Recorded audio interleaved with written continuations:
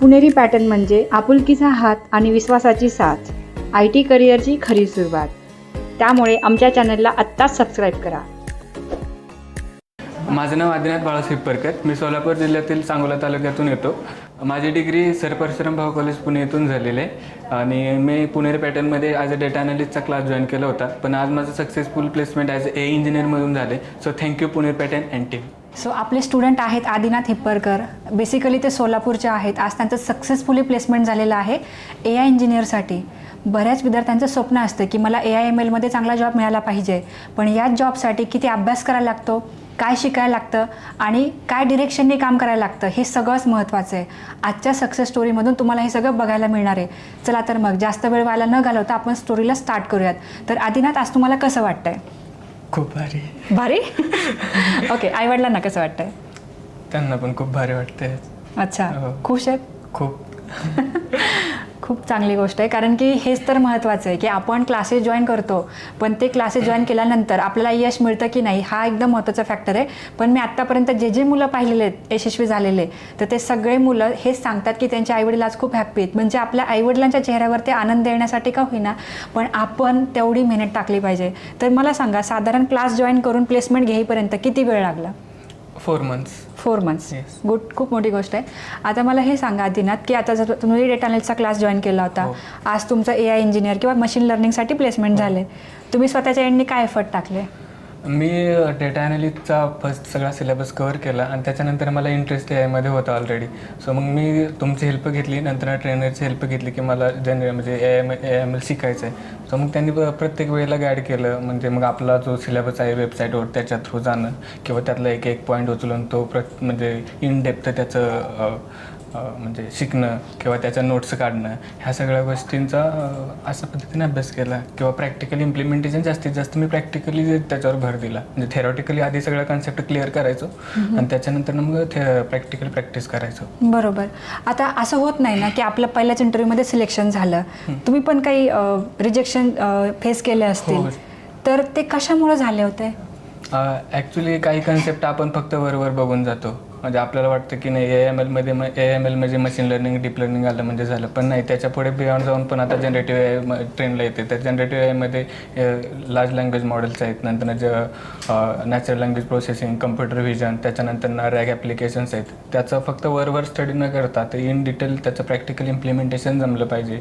नंतर आपण जे रॅग ॲप्लिकेशन वापरतोय, तर मग ह्याचा यूज इथंच का करतो, त्याचा मागचं रिझन पाहिजे. म्हणजे ChatGPT असताना आपण रॅग ॲप्लिकेशन बनवतोय, तर मग ते का बनवतोय ह्याचं सगळं आपल्याला त्याचं नॉलेज असायला पाहिजे. तरच मग आपण इंटरव्ह्यूमध्ये त्या गोष्टी एक्सटेंड करू शकतो किंवा त्याचं नॉलेज डिलिव्हर करू शकतो. फक्त वरवरचं करून फायदा नाही, फक्त जसं आपण स्कूल कॉलेजेसमध्ये करत होतो तसं. बरं, आता मला सांगा की सुरुवातीला जे 2-3 इंटरव्ह्यूजमध्ये तुमचं रिजेक्शन झालं, ते कुठल्या राऊंडमधून तुम्ही बाहेर आलात आणि कशामुळे आलात?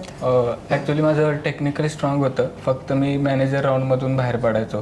तर माझा थोडासा कॉन्फिडन्स लूज व्हायचा. मग त्याच्यावर मी काम केलं. मी इंटरव्ह्यू झाला, रिजेक्ट झालो, तर मग मी आपल्या टीमशी कॉन्टॅक्ट करायचो. मग ते जे रिजेक्शन झाले ते सांगितलं ना, त्यांच्याकडून जे मला गायडन्स मिळायचं त्याच्यातून मी स्वतःला डेव्हलप करत गेलो.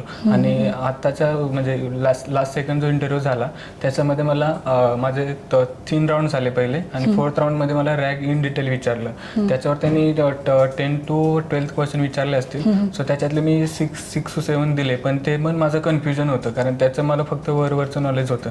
सो मग मी त्याच्यानंतर ना तिथं माझं रॅगमुळे रिजेक्शन झालं होतं. जर म्हणजे मशीन लर्निंग, डीप लर्निंगच्या सगळ्या कन्सेप्ट क्लिअर होत्या, हँड्स ऑन प्रॅक्टिस होती, पण मला रॅगचं इन डिटेल नॉलेज नव्हतं, फक्त वरवरचं माहिती होतं. सो मग तिथं रिजेक्शन झाल्यानंतर ना मी डोक्यात ठेवलं होतं की आता जर काही तर रॅगमुळे आपलं जर का रिजेक्शन होते, तर ती कन्सेप्ट इन डेप्थ जाऊन करायची. बरोबर. त्या इंटरव्ह्यूमधून आल्यानंतर ना मी ते 4 ते 5 दिवस एवढा इन डिटेल स्टडी केला, आणि त्या 4 ते 5 दिवसामध्ये मी स्वतःच एक रॅग ॲप्लिकेशन AI असिस्टंट बनवलं. आणि जे की पुढच्या राऊंडमध्ये मला त्याच्यावरच क्वेश्चन विचारले. त्यामुळं आपलं इंटरव्ह्यूमध्ये रिजेक्शन का होते ह्याच्यावर फोकस करून ती गोष्ट आपल्यामध्ये इम्प्रूव्ह करून पुढच्या इंटरव्ह्यूसाठी गेलं पाहिजे. बरोबर, हेच तर महत्त्वाचं आहे ना, कारण बरेच मुलं रिजेक्ट होत राहतात पण त्यांना कधी कुठे इम्प्रूव्ह करायचं हे समजत नाही. पण हे समजण्यासाठी आपण पण 4 क्वेश्चन इंटरव्ह्यूला विचारलं पाहिजे. जसं आपल्या स्टुडंटनी त्यांना विचारलं होतं की काय रिझन आहे, म्हणजे आज जर माझं सिलेक्शन होत नाही तर मी स्वतःमध्ये काय इम्प्रूव्हमेंट करू. तेव्हा त्यांनी सांगितलं की हे जे तुम्हाला टेक्नॉलॉजीचं जे नॉलेज पाहिजे तर हे तुम्हाला हँड्स ऑन पाहिजे, त्याशिवाय तुमचं पुढच्या इंटरव्ह्यूजमध्ये प्लेसमेंट नाही होऊ शकत. तर त्यामुळे त्यांनी सलग 3 दिवस त्या पर्टिक्युलर ॲप्लिकेशनचा अभ्यास केला आणि लकीली 3 दिवसानंतर पुन्हा दुसऱ्या इंटरव्ह्यूमध्ये तेच विचारलं. हा 100% तोच विचारला आणि एवढा स्टडी केलं होतं त्याच्यामुळं म्हणजे एक्झॅक्ट तेच विचारलं, त्याच्यामुळे मग मी हा इंटरव्ह्यू क्रॅक झाला माझा. ग्रेट, खूप मोठी गोष्ट आहे. म्हणजे आपण आपल्या चुकांमधून शिकलो पाहिजे आणि त्या चुका रिपीट नाही केल्या पाहिजेत. चालेल. सो आदिनाथ, आता तुम्ही पुणेरी पॅटर्नमध्ये आलात, असे तर खूप इन्स्टिट्यूट आहेत पुणेरी, म्हणजे आता तुम्ही सोलापूरचे, सांगोल्याचे, बरोबर, तर तिकडे क्लासेस असतील, इकडे पुण्यामध्ये खूप सगळे क्लासेस असतील, पुणेरी पॅटर्नच का जॉईन केलं? पहिल्यांदा तरी तुम्हीच रिझन आहे की पुणेरी पॅटर्न जॉईन करायचं. मी तुमचं पॉडकास्ट बघायचो, नंतर ना आपलं इंस्टाग्राम पेजला फॉलो केलं होतं, यूट्यूबला फॉलो केलं होतं आणि जे तुमचे सॅटर्डेचे जे सेशन राहायचे पर्सनॅलिटी डेव्हलपमेंटचे ते मी 6 महिने पहिले बघितले होते. मग त्याच्यातून मला एवढा खात्री मिळाली होती की आपण पुणेरी पॅटर्नमध्ये गेलो की आपलं होणार आहे, 100% होणार आहे. मग इथं आल्यानंतर चालतं. खूप मोठी गोष्ट आहे. म्हणजे बघा ना, आपण एखाद्या व्यक्तीला यूट्यूबवर किंवा इन्स्टावरती बघणं आणि नंतर येऊन ॲडमिशन घेणं, ह्या दोन्ही वेगवेगळ्या गोष्टी आहेत. बरेच लोक आजही विचार करतात, तर मी हेच म्हणेल की एवढा विचार करू नका, डायरेक्ट येऊन ॲडमिशन घ्या. चला पुढच्या क्वेश्चनला आपण जाऊयात.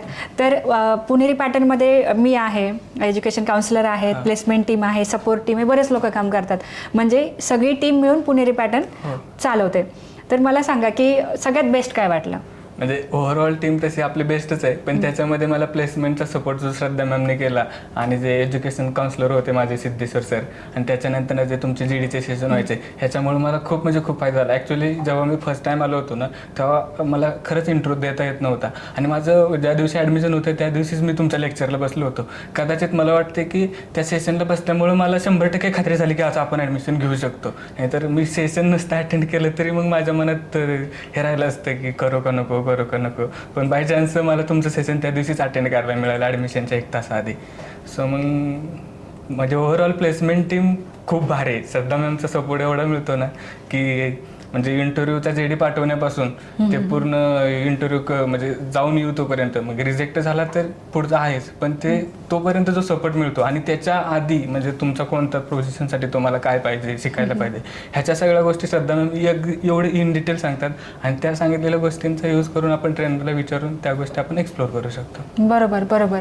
सो आपल्या प्लेसमेंट टीमचं कामच आहे एक्सप्लेन करणं किंवा समोरच्या स्टुडंटला समजावून सांगणं, पण आपणही प्रिपरेशन केलं पाहिजे. तर प्रिपरेशन करतानाचा एक महत्त्वाचा टप्पा असतो की जसं आपल्याला लहानपणी सांगितलेलं असतं की तुम्ही एखादी गोष्ट लक्षात ठेवण्यासाठी एक पॅटर्न फॉलो करा. तुम्ही त्या गोष्टीला लिहा, वाचा, मग बोला, ह्या सगळ्या गोष्टी.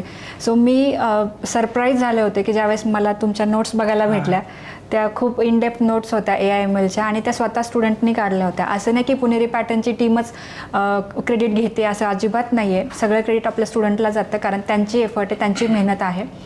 तर मला पुढच्या क्वेश्चनला जायला आवडेल की आता मार्केटमध्ये भरपूर असं म्हटलं जातं की IT काही खरं नाही आहे, AI आलं आहे, जॉब जाणार आहेत.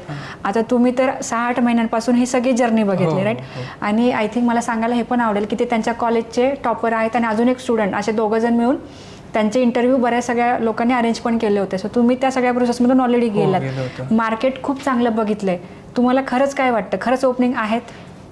म्हणजे असं बघायला गेलं तर फ्रेशर्सला जास्त कोणी विचारत नाही, पण तुमच्याकडे जर का नॉलेज असेल आणि स्किलफुल असाल तर मग तुम्ही 100% तुम्ही प्लेस होऊ शकता. आणि जे की तुम्हाला जर का स्किल अपग्रेड करायचं असेल तर त्याला एक रोडमॅप लागतो, त्याला गायडन्स लागतं, जे की आपण स्वतः करायला लागलो की आपल्याला तेवढं त्या गोष्टीपुरतं मर्यादित राहतो. म्हणतात की नाही, म्हणजे एखाद्या डबक्यात जे बेडूक असतं त्याला तेवढंच जग माहिती असतं.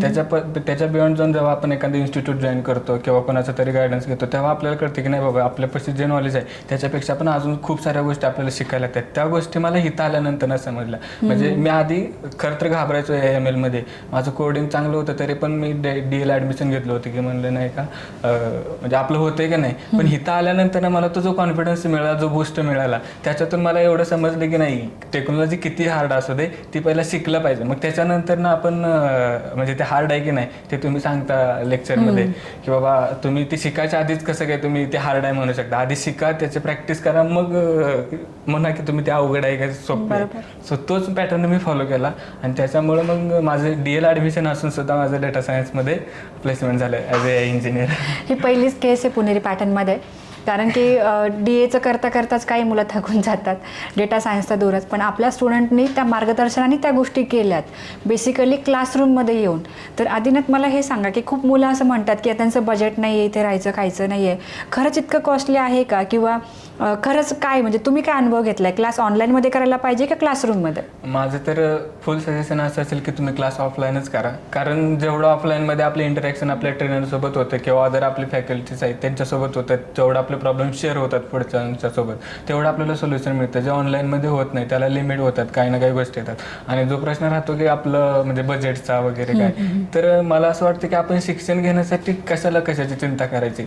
ते एक इन्व्हेस्टमेंट अशी आहे की ती आपल्याला खूप काही पुन्हा देऊन जाणार आहे. आपण नाही की दुसरीकडे कुठं पैसे लावतोय, त्यापेक्षा मग शिक्षणासाठी पैसा लावताय तर मग तुम्ही विचार नका करू. जे की माझे वडील आणि आई तेच बोलतात की आम्ही म्हणजे शिक्षणावर पैसा खर्च करतो हे आमचा व्यस्त नाहीये, आमची प्रगती आधी होईल म्हणजे स्लो होईल पण ती स्टेबिलिटी राहील. त्यामुळं शिक्षणावर पैसा खर्च करताना खरंच म्हणजे मला असं वाटतं की विचार नको करायला.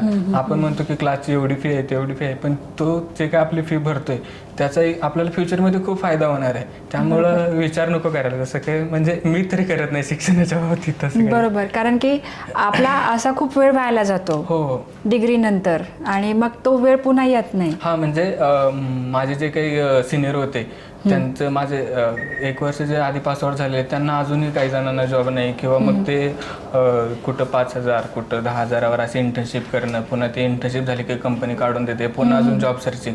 मग मला ह्या गोष्टींचं त्यांच्याकडे बघून मला असं वाटतं म्हणजे माझ्या मनात असं होतं की आपण पासआउट झालं ही सिच्युएशन नको. बरोबर. म्हणूनच मग मी म्हटलं की क्लास जॉईन करू आणि आपण स्वतःला एक स्किल अपग्रेड करू आणि मग त्याच्यानंतर मग केला क्लास जॉईन झालं. हेच तर महत्त्वाचं आहे ना, कारण की हे तुम्ही आज सांगताय तर ते खूप इम्पॉर्टंट आहे, कारण हे तुमचे सेंटेन्स महत्त्वाचे आहे. माझं कामच आहे मोटिवेशन देणं, शिकवणं. मी दर शनिवारी त्या गोष्टी करते. पण मला असं वाटतं की ज्या विद्यार्थ्यांनी त्या गोष्टीचा अनुभव घेतला आहे त्यांनी ते व्यवस्थितपणे सांगितलं पाहिजे, कारण तेच इम्पॉर्टंट आहे. आता मला हे सांगा की जे ऑनलाईन मिळतं आता यूट्यूबवरती खूप कंटेंट आहे, भरपूर आहे, आणि बऱ्याच विद्यार्थ्यांना असं वाटतं की ऑनलाईन शिकायला भेटतंय किंवा आपल्याला होतं आपण क्लास का लावायचे. तर आपले इथले जे टेक्निकल ट्रेनर आहेत, जसं प्रियंका मॅमने तुम्हाला शिकवलं, त्यांच्या टीचिंगचा कसा बेनिफिट इंटरव्ह्यूमध्ये झाला? मेन म्हणजे आपण जेव्हा ऑनलाईन शिकतो ना तेव्हा आपण फक्त बघत असतो, त्याच्यामध्ये आपल्या टीचरशी काही आय कॉन्टॅक्ट नसतो, काही नसतो, त्यांचा व्हिडिओ असतो आपण बघतो, नंतर ना आपण आपल्याला तेवढं पुरतं त्या गोष्टी समजतात. आपण त्याच्यावर प्रॅक्टिकल इम्प्लिमेंटेशन प्रॅक्टिस काहीच नाही करत, जे की आपल्याला म्हणजे पुणेरी पॅटर्नमध्ये ते चालतं. मॅडम जास्तीत जास्त कन्सेप्ट क्लिअर करतात आणि त्याच्यावर जास्तीत जास्त एक्झाम्पलचं प्रोग्रामिंगचं म्हणा किंवा अजून अदर काही SQLच्या क्वेरीज त्याचं हँड्स ऑन प्रॅक्टिस होतं. म्हणजे कंपल्सरी लॅपटॉप हा लेक्चरला लागतोच. सो मला वाटतं की हीच एक गोष्ट आहे की ऑनलाईनमध्ये आणि ऑफलाईनमध्ये फरक आहे. असं म्हणजे ऑनलाईनमध्ये नाही नॉलेज मिळतं पण तेवढी प्रॅक्टिस आपली होत नाही, जेणेकरून आपण क्लासमध्ये आलो किंवा आपण कोणाचा तरी गायडन्स घेतोय तेव्हा आपण एखादा युट्यूबवरचा व्हिडिओ बघतोय तेव्हा आपल्याला ती कन्सेप्ट क्लिअर होते, पण त्याच्या पुढचं जाऊन आपल्याला एखादा डाऊट होतो, मग त्याचा डाऊट आपल्याला दुसरीकडे म्हणजे मिळत नाही. जरी मिळाला तरी त्याची लिंक नाही लागत. पण जेव्हा आपण ट्रेनरकडे जातो तेव्हा त्यांनी असं भरपूर सारे केसेस त्यांच्याकडून गेलेले असतात, त्यामुळे त्यांना माहिती असतं की हा डाऊट येतो तर ह्याच्यासाठी शिकलं काय पाहिजे किंवा ह्याची पुढची स्टेप काय पाहिजे. त्यामुळे मला वाटतं की ऑफलाईन क्लासेस मस्ट.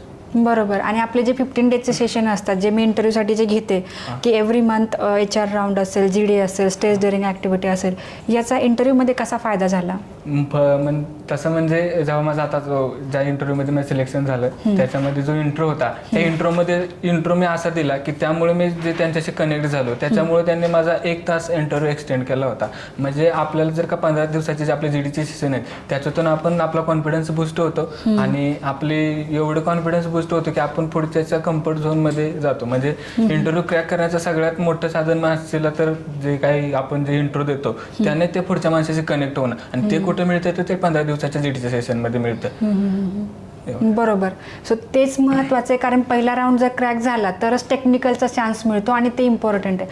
आता साधारण आपण जर बघितलं तर कुठल्याही विद्यार्थ्याला जॉब मिळेपर्यंत एक 4-5 महिन्याचा वेळ लागतो, जसं तुम्हाला 4 महिन्याचा लागला. तुम्हाला घरच्यांकडून खूप प्रश्न आले असतील की अजून पण जॉबचं नाही झालं का, त्या सिच्युएशनला कसं हँडल केलं? म्हणजे जॉबचं झालं नाही का असं त्यांना काही त्यांचं नव्हतं, फक्त मला असं बोलण्यातून वाटायचं की त्यांना वाटतं की बाबा व्हावं, अपेक्षा आहे त्यांची. पण माझी आई आणि वडील होते ना, त्यांचं मला फुल सपोर्ट होतं. ते कधी मला बोलून नाही दाखवायचे. म्हणजे आता मी त्यांना सांगितलं होतं की या फील्डमध्ये जास्त फ्रेशर्सला एंट्री नाही आहेत, ते म्हणजे एक्सपिरियन्स पर्सन हुडकतात. मग ॲक्च्युली माझं TCS मध्ये झालं होतं. मग त्या ह्याच्यामध्ये होतं की त्या डिलेमामध्ये होतं की मी जॉईन करू का नको. मग मला घरच्यांनी एकच प्रश्न विचारला की तुला कशात जायचं आहे. मग मी म्हटलं मला AI मध्ये करायचं. मग त्यांचा एवढा सपोर्ट होता की ते बोलले 6 महिने जाऊ दे, वर्ष जाऊ दे, तुला जे पाहिजे ना ते कर, पण कर. म्हणजे असं पुढे जाऊन असं व्हायला नको की तुला जे काम म्हणजे आवडतच नाही, त्याच्यामध्ये तू जातोय, ते नको होतं. मग त्याच्यामुळे मला घरून तर फुल सपोर्ट होता आणि अजूनही सपोर्ट आहे त्यांचं कधीच असं नव्हतं की तुला पॅकेज एवढं मिळालं पाहिजे, हे तुला टेक्नॉलॉजी चांगली मिळायला पाहिजे, तुला ग्रोथ झाली पाहिजे, बस एवढंच. म्हणजे ओव्हरऑल याच्यामध्ये माझ्या आईवडिलांचा खूप सपोर्ट आहे मला. ग्रेट, खूप मोठी गोष्ट आहे. प्रत्येक पालकांनी त्यांच्या मुलांना सपोर्ट केला पाहिजे, कारण हीच तर सिच्युएशन महत्त्वाची आहे ना. डिग्रीसाठी एवढा खर्च केला, 2-4 महिन्यासाठी जर तुम्ही त्यांना बॉदरेशन टाकत असाल तर ते नक्कीच इरिटेशनमध्ये कन्वर्ट होतं. त्यापेक्षा त्यांना सपोर्ट करा आणि अशा सक्सेस स्टोरी रोजच अपलोड होतील. तर मला जाता जाता तुम्हाला हे विचारायचं आहे की आपली जी महाराष्ट्रातली जनता आहे, खूप लोकांची इच्छा आहे आज पुणेरी पॅटर्नमध्ये क्लास करावा. काहींना फॅमिली बंधनांमुळे करता येत नाही, काहींचं बजेट नसतं, बरेच रिझन्स आहेत. आज एक विद्यार्थी म्हणून तुमचा काय संदेश असेल सगळ्यांना? मला असं वाटतं की सगळ्या गोष्टींपेक्षा आपलं नॉलेज घेणं ही फर्स्ट प्रायोरिटी असली पाहिजे. त्यामुळं पैसा किंवा ह्या गोष्टींना थोडं आपण त्याला सेकंड प्रायोरिटी दिली पाहिजे, फर्स्ट प्रायोरिटीनुसार गेलं पाहिजे. आणि पुणेरी पॅटर्नमध्ये येऊन म्हणजे आपला माइंडसेट असा असला पाहिजे की एक दिवस सक्सेस होण्यासाठी एक दिवस त्याच्यामध्ये ॲड करत गेलं पाहिजे. सो त्या गोष्टी करायच्या असतील त्यासाठी प्रॉपर गायडन्स पाहिजे. त्याच्यानंतर ना आपली प्रॅक्टिस झाली पाहिजे आणि ते जे आपण करतोय ते बरोबर आहे का चुकीचं आहे हे ठरवणारा पण कोणीतरी पाहिजे. नाही तर आपण स्वतः करतोय ते आपल्याला वाटतं की आपण बरोबरच आहे. त्याच्यापेक्षा मग कोणतं म्हणजे आपलं क्लास जॉईन करा पुणेरी पॅटर्न, तिथं तुम्हाला सगळ्या गोष्टी मिळून जातील. म्हणजे कुठल्याच गोष्टीची कमतरता नाही मिळणार. तुम्ही समजा 0 असाल तर तुम्ही इथे हिरो असाल. मला एवढंच म्हणायचं आहे. फक्त मेहनत करा. म्हणजे कन्सिस्टन्सी. हां, राईट, गुड. चालेल. सो आदिनाथ पुणेरी पॅटर्न आणि टीमकडून तुमचं पुन्हा एकदा खूप अभिनंदन.